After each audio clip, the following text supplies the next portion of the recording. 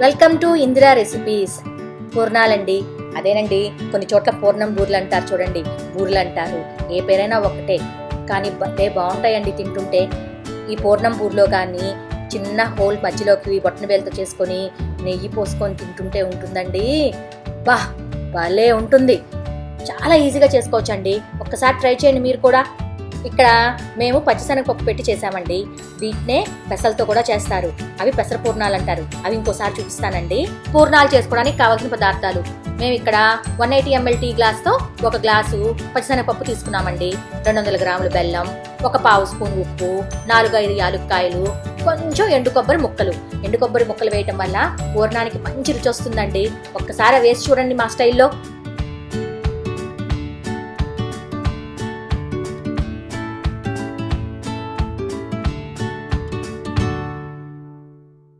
ముందుగా బెల్లాన్ని మిక్సీలో వేసుకొని మెత్తగా చేసుకోండి. దాని తర్వాత మిక్సీ జార్లో ఎండు కొబ్బరి ముక్కలు, యాలుక్కాయలు కూడా వేసి మెత్తగా పౌడర్ లాగా రుబ్బుకోండి. పూర్ణాలకి పై కోటింగ్కి పిండి కావాలి కదండి. దానికి మీరు ఏ గ్లాస్తో అయితే శనగపప్పు తీసుకున్నారో అదే గ్లాస్తో 1 గ్లాస్ మినప్పప్పు, 2 గ్లాసులు బియ్యం తీసుకొని ఒక 3 గంటల సేపు నానబెట్టుకొని దాని తర్వాత దాన్ని మెత్తగా రుబ్బుకోండి. పైన పూత పిండిని దోస పిండిలాగా రుబ్బుకోండి. ఆ పిండిలో కొంచెం ఉప్పు వేసుకొని బాగా కలుపుకోండి. ఈ పిండి 1 గంట ముందు రుబ్బుకుంటే బాగుంటుందండి. లైట్గా పులిచి, మరీ ఎక్కువ పులిచినా కూడా బాగోదండి. మీకు ఇక్కడ ఒక టిప్ చెప్పనా అండి.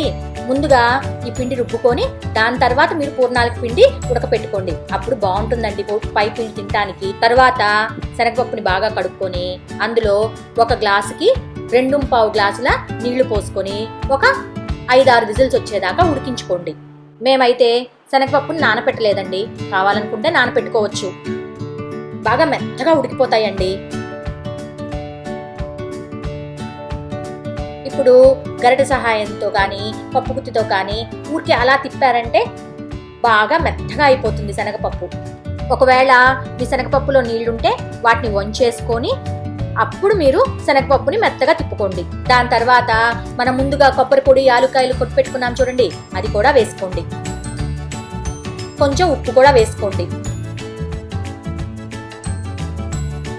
దాని తర్వాత మనం బెల్లం మిక్సీలో వేసుకొని మెత్తగా చేసుకున్నాం కదండి, ఆ బెల్లం తరుపు కూడా వేసి బాగా కలుపుకోండి.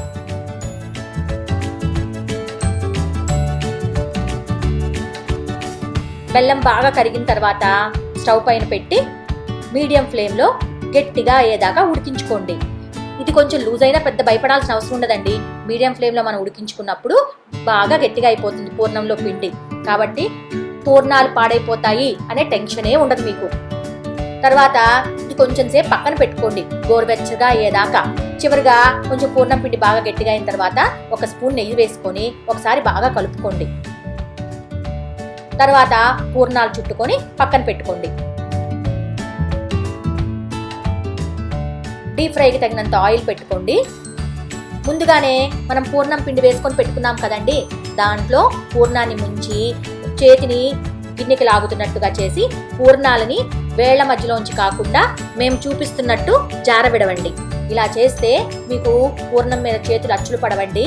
పూర్ణం రౌండ్గా తోకలు లేకుండా బాగా వస్తుంది. పూర్ణాలు కూడా చీదేయవు. చాలా ఈజీ అండి.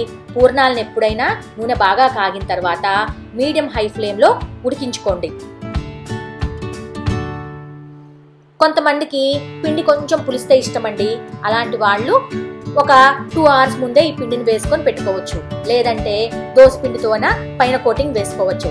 ఇది మా స్టైల్లో మేము చేసే పూర్ణాలండి. చాలా ఈజీగా వస్తాయి. పూర్ణం చీదేయదు, పూర్ణం పిండి లూజ్ అవ్వదు. ఒక్కసారి ట్రై చేయండి. మనం మినప్పిండి ఫ్రెష్గా వేసుకున్నాం కదండి, అందుకే ఎంతసేపు అయినా సరే మన పూర్ణాలు కరకరలాడుతూ ఉంటాయండి.